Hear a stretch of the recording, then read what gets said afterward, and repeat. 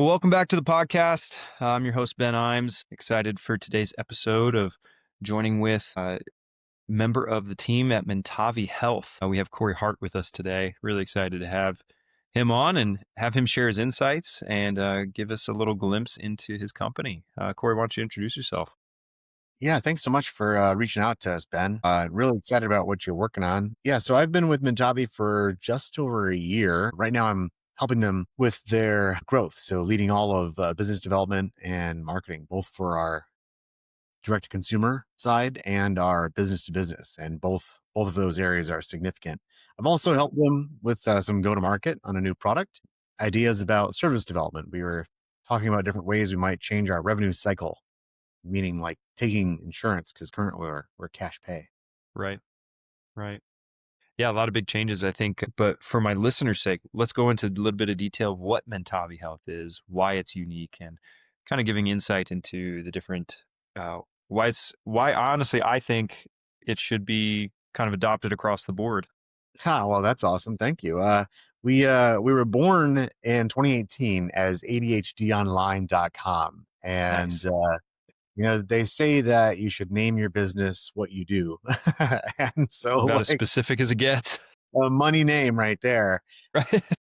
It was founded by a couple founders, one of whom was looking for an ADHD assessment and diagnosis for his son and having a real hard time. The barrier of finding a provider within a desired amount of time, like weeks, not months, finding a provider that would be able to help for not thousands and thousands of dollars and navigating the uncertainty. So after that process, he was like, why can't we just do this online? Built an online assessment. And the real innovation is actually decoupling the diagnosis from treatment. So that means that we first have someone go through our diagnostic evaluation, which is done asynchronously, meaning that a patient will run through the dynamic questionnaire, which Right. can take 90 minutes or so.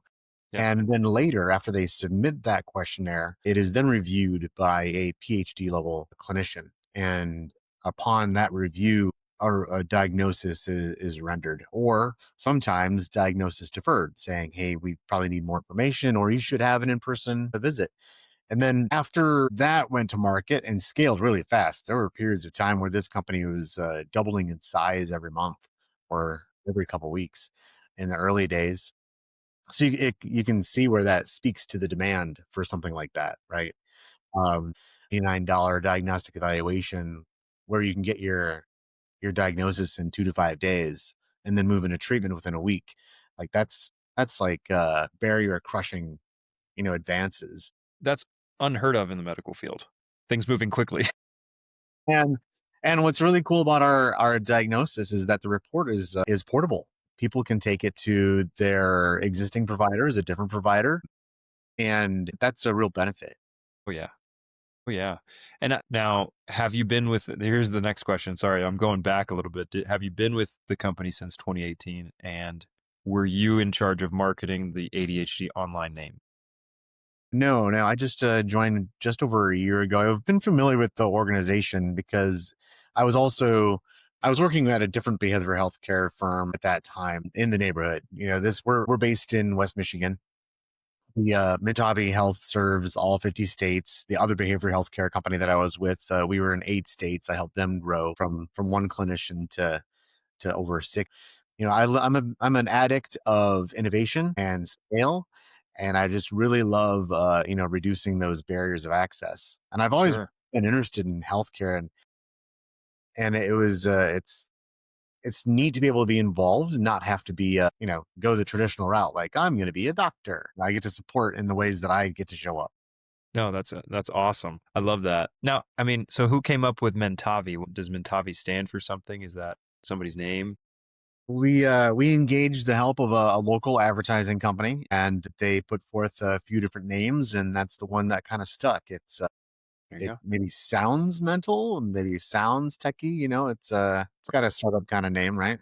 Yeah, it totally does. No, that's what I thought from the initial get go. So you got me. It worked. It really. So answer a couple of the questions I have. I mean, it's a validated tool that we're working with, correct? Like this has been studied Yeah, and everything? yeah. So the diagnostic evaluation is a combination of validated instruments. And then last year we took the time and expense to get our diagnostic evaluation and our process clinically validated itself on its own.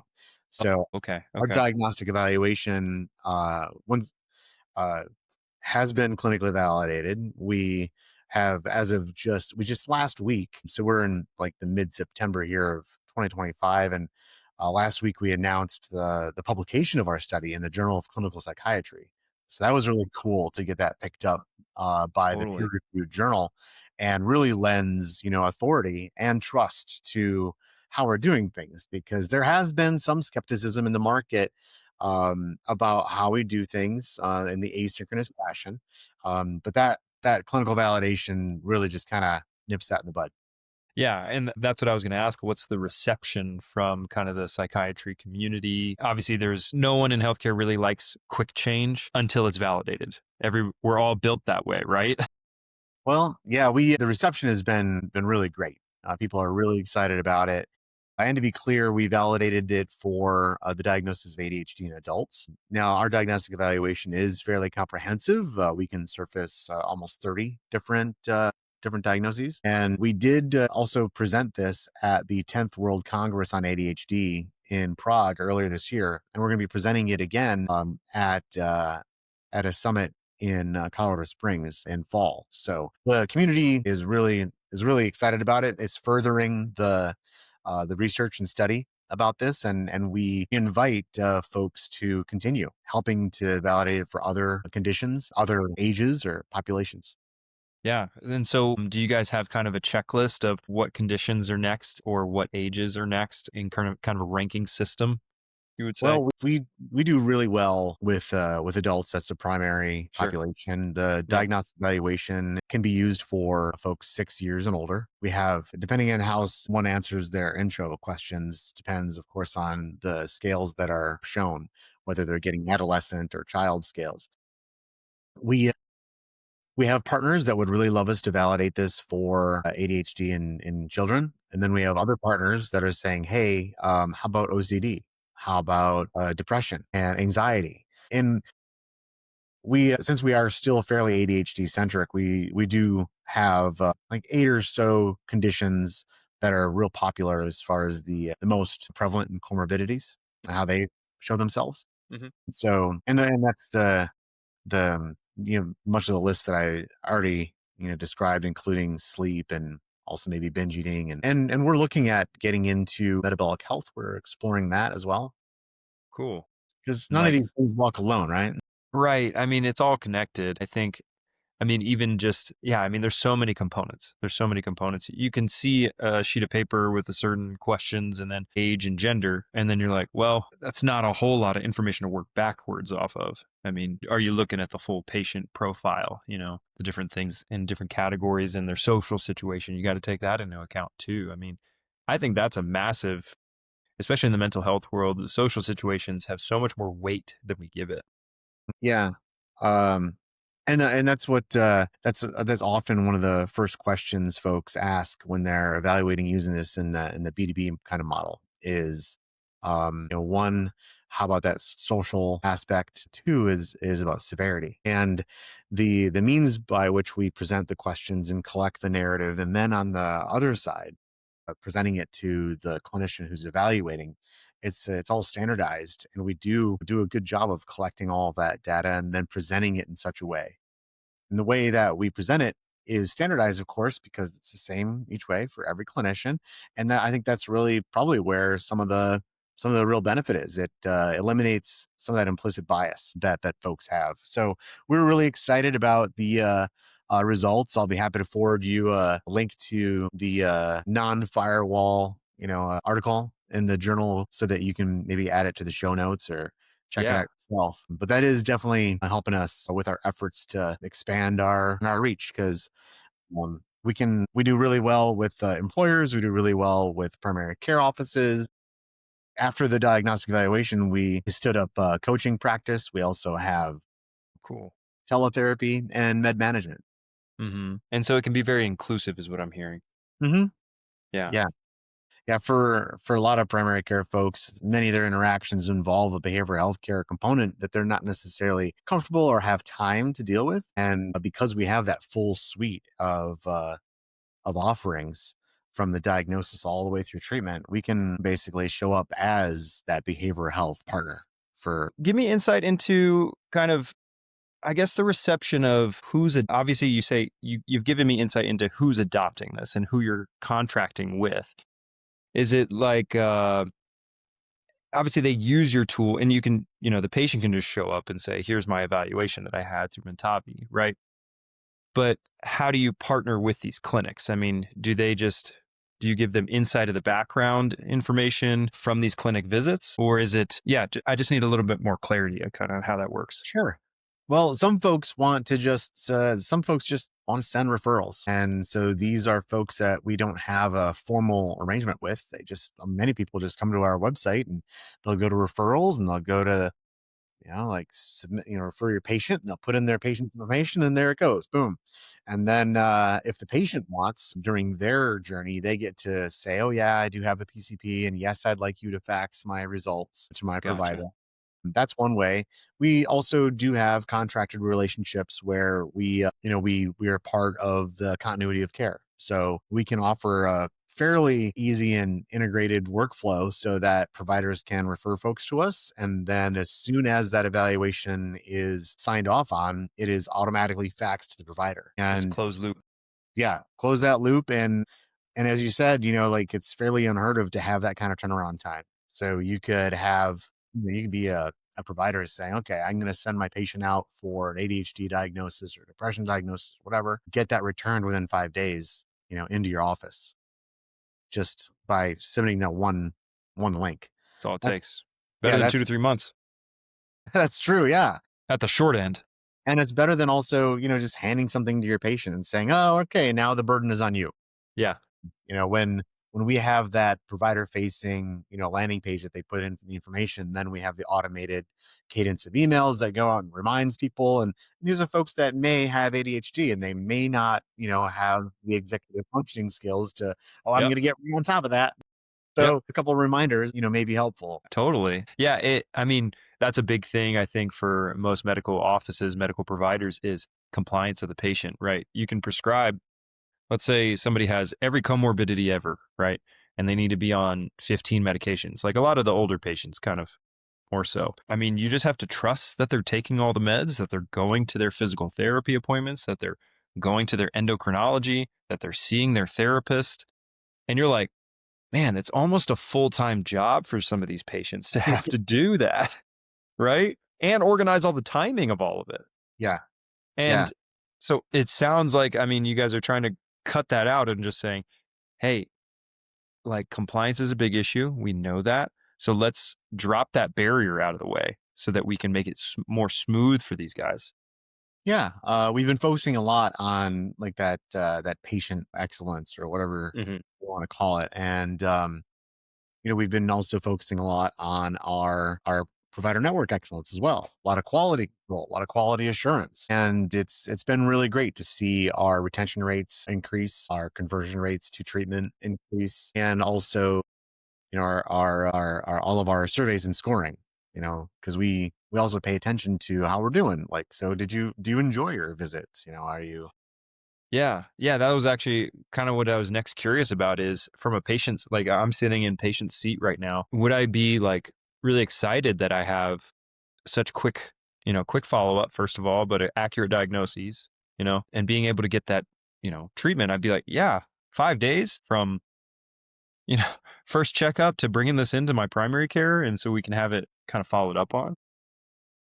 Yeah, the folks aren't necessarily trained to have or to expect that kind of turnaround. So we do get some skepticism on is this really real? I'm like, yeah, Yeah. sure it is. Yeah. Absolutely it is. Yep, yep, it Yes, is. this is real. Let us show you how.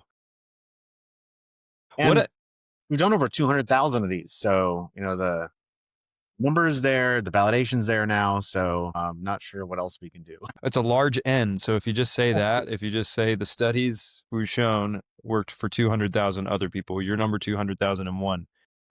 Here's what we've seen so far. So you can trust it, I hope. Right. Yeah. I hope you're not the outlier. Now, are you sending this to a lot of, I mean, I guess I understand the private clinic standpoint. How do larger health organizations, how does that implementation kind of work out from the connectivity with you guys? Right. That requires a more complicated and deep onboarding Okay. with a larger network, Okay. and then it's just about provider education.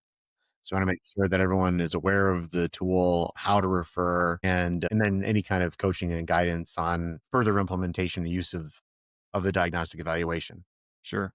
And now, how did you, because you have, how many psychiatrists are we working with right now? There must be a ton. Yeah, we are active in all 50 states. Our provider network, expands and contracts depending on people. It's a human enterprise, and people, I'm all set. I'm gonna try something else, or you know, so we have somewhere just around 100 or less.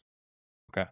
About 100 or less. And they're, I'm assuming fully remote too, correct? Yeah, yeah, fully remote. But we don't do any in person visits. Yeah. Yeah. Another benefit and kind of advancement in this age. Yeah, How do you guys see the kind of integration? I mean, I'm assuming because of all the validation and the studies validation, like it's all in accordance with HIPAA. Have there been like hiccups or speed bumps that you didn't foresee coming kind of with the, regulations and standardizations and that kind of thing? it's always been important to use the validated instruments from the get go.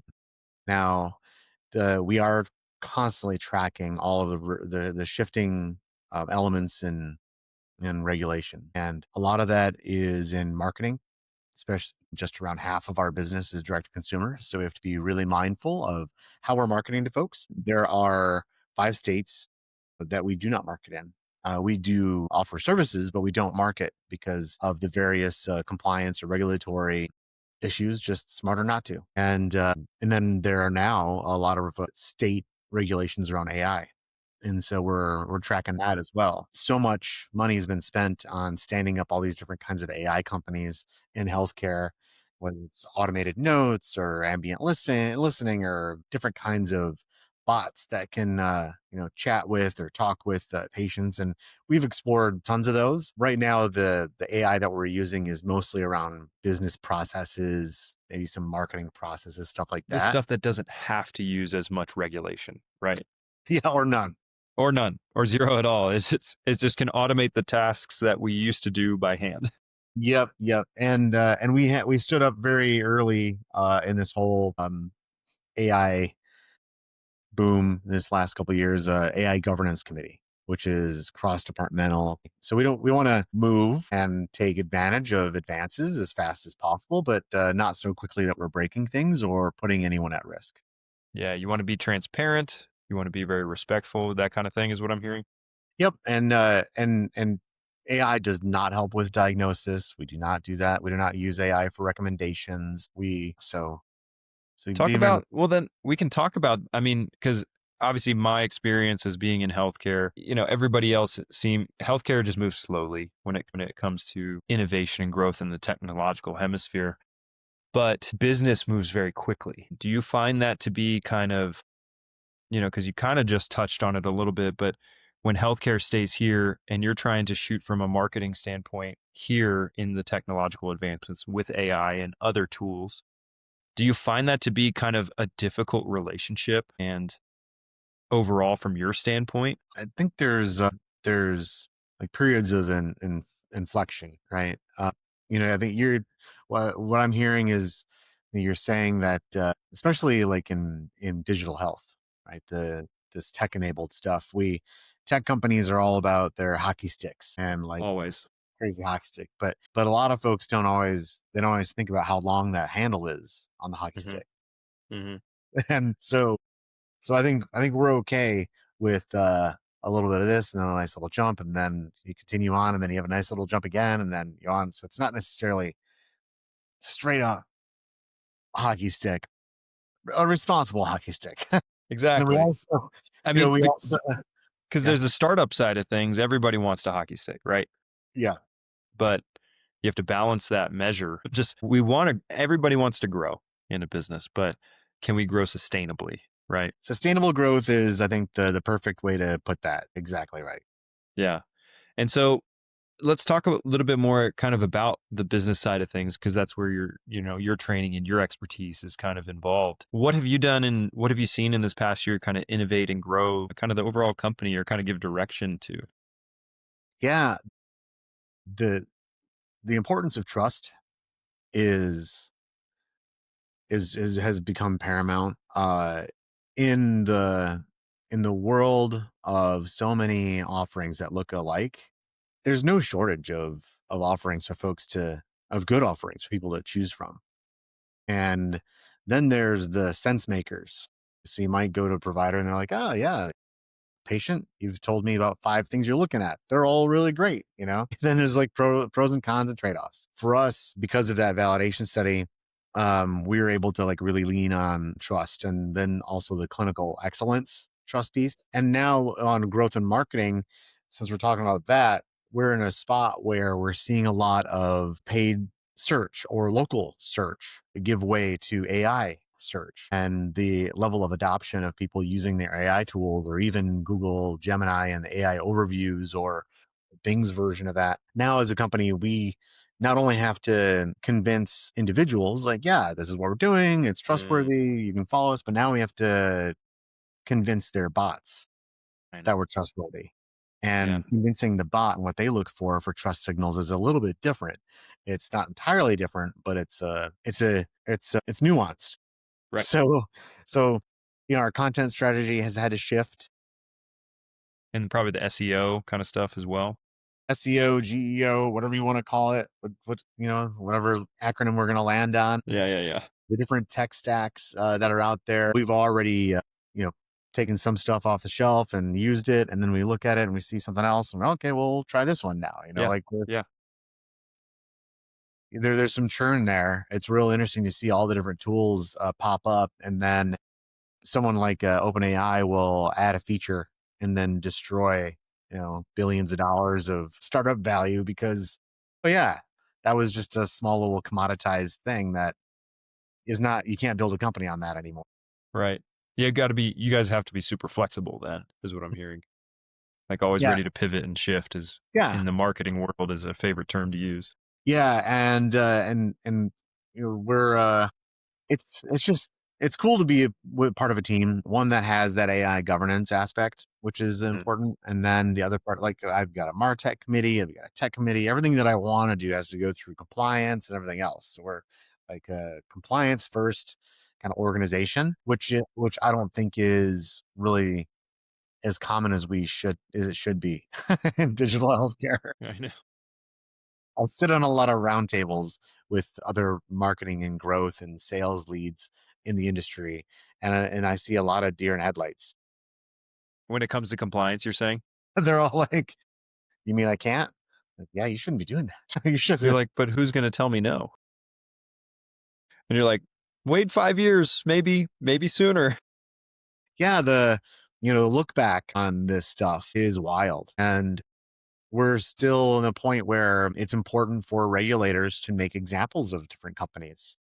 And so we're seeing these large suits and settlements happen. A small company like us can't afford something like that.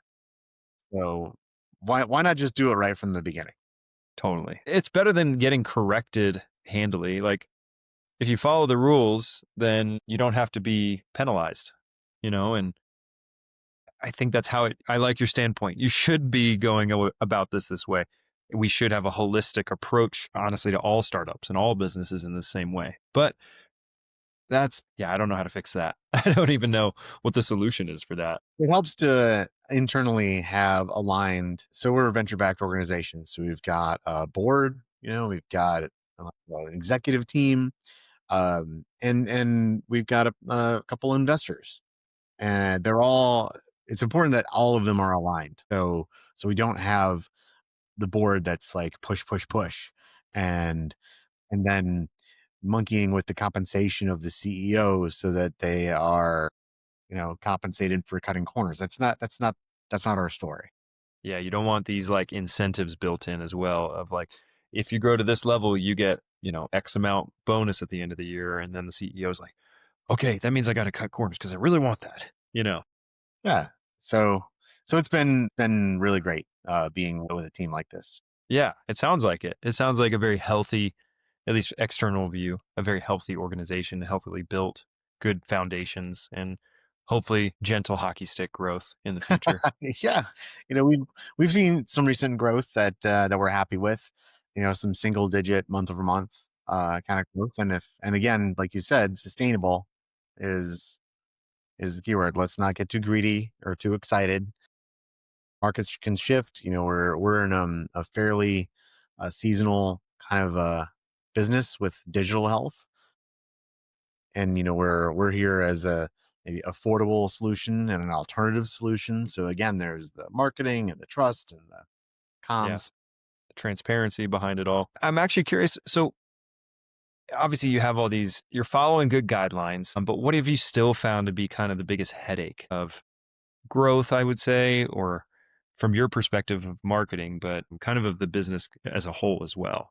After doing this for many years on the DTC side Yeah. exclusively, this company's got that pretty well nailed. Oh, And cool. then it's just about staying within the guardrails and making sure we got all those explicit like opt-ins and consents. And then we're working on a lot of our internal conversion like points and just making sure that we're showing up for patients where they're at when they need us. Right. Not everyone's ready for the full-on intervention of a diagnostic evaluation. So we developed a mental wellness snapshot, which is short screeners, and it's got some machine learning, and will surface a overall mental wellness score. Someone can track along themselves. We've got the coaching offering, which is subclinical. So showing up for people where they're at has been really cool to develop on the D2C side. On the business side, because we are turning around those diagnoses so fast, and like it kind of breaks the conventional flow. Yeah. So Yeah. we asking people to kind of rethink what is possible. That's the biggest hurdle to overcome Really business to business side, because they're like, no way. And then we give them a trial, and they're run a like, pilot or something like yep, that. And they're run the like, pilot. They're like, well, this is really great. And then they have to convince everyone else in their organization that it's possible. Like, it's like, yes, we already went through the step of the pilot. Like you guys saw that we actually do what we say we do. and we're now working with a couple different partners that are interested in white labeling our platform, the Mm, platform that we use for ourselves for our own providers. We've had partners say, well, how about our psychologists? How about our team uses your interesting. diagnostic? And so white labeling that is strangely less of a hurdle in people's brains, because then it's like a platform expense, not so much. And you guys have to think about that of like, that's not our business model, but could we do that? Would that help to meet the need? Yeah, they've already got psychiatrists on staff. Why not?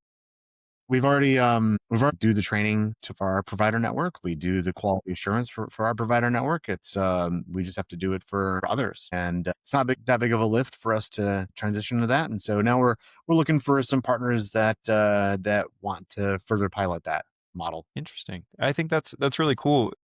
I mean, you're a small business, right? So you can be flexible in that way. Yep, we're just a small $20 million a year business, just I mean, trying to make our way through the through the. I think the best thing behind all this, Corey, just comes back to the fact that, I mean, on my podcast, I like to highlight for my listeners the fact that you guys are trying to do good for people. You're trying to break the mold. I mean, we've said that a couple times on the show so far, but it's about breaking the mold. It's about, hey, you don't need a turnaround time of 3 to 6 months, right? If there was a way to implement this for other specialties as well, I mean, people would jump on it, right? If you can get to see a neurologist sooner than 9 months, people would be like, yes, thank you. But in the mental health world, I think there's a lot of investment and a lot of interest into how we can kind of change things just because there's so many sources out there of, see your therapist, take these meds, but also who's doing the diagnoses? Is it your primary care who was trained in primary care and is not specialized, but then has to refer out? Mhm. I mean, that even then, you might get a misdiagnosis, depending on the tools that provider's using.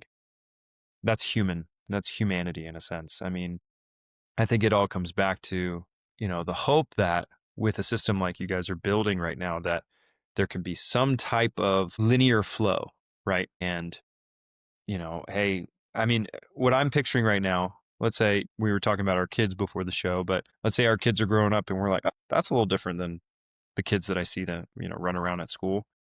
I'm like, I would love for them to just get evaluated, standardized evaluation. What does that look like?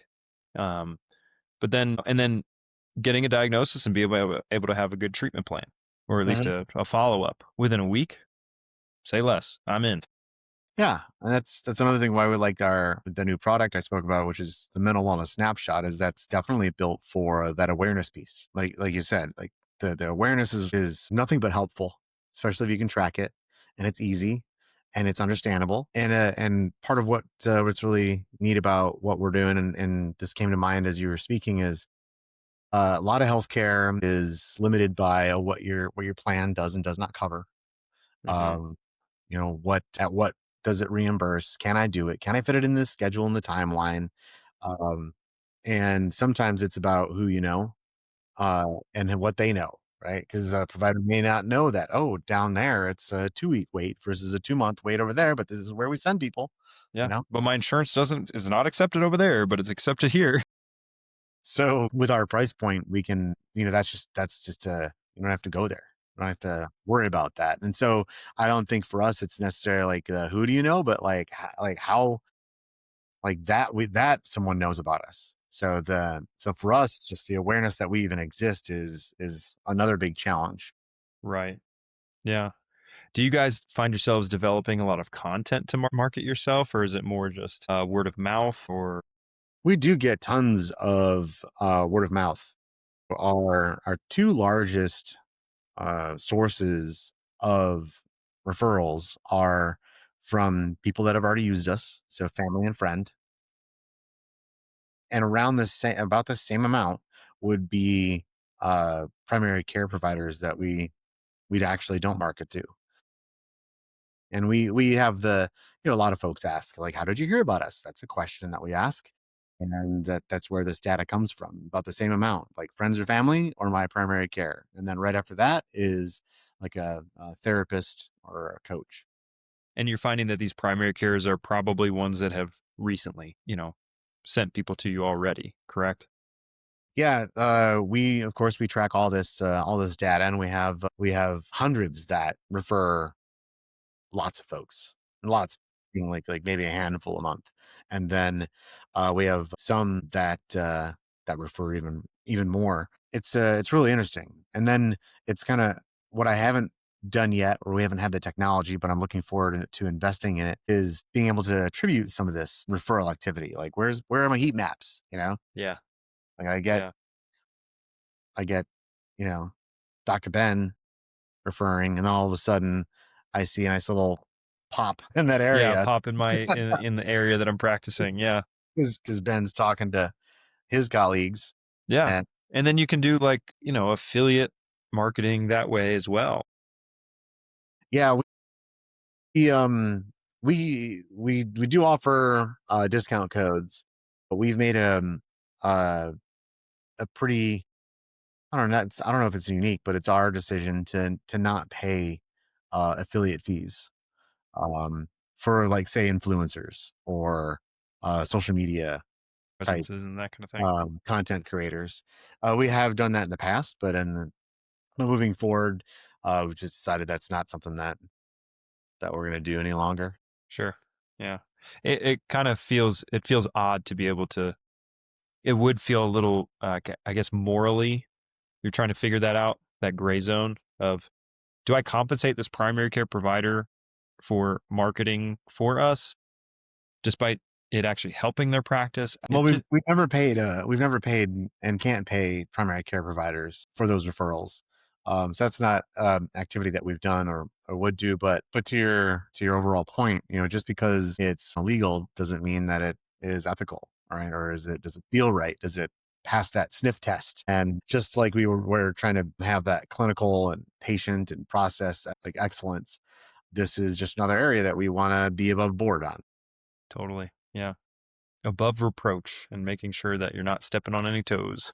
Yeah. Yeah, and that's again that's the trust piece. So already the referral engine is our number one driver of revenue, and we just want to increase that. And the only way we're going to do that is just by continuing to invest in that trust piece. You mentioned the content creation, and we're going to be leveling up there certainly because again that's AI search related. Kind of falls under that SEO kind of category. Can't do just one or two posts a month anymore. If you're not doing dozens or hundreds, you're not competing. I know. I know. But uh, Corey, as we kind of wrap up, what are some insights and kind of overall direction maybe you can give to my listeners of where to find you guys, but also insights into your product? And obviously, you believe in it. So I want to hear from the boots on the ground for my Yeah, listeners, things to look forward to.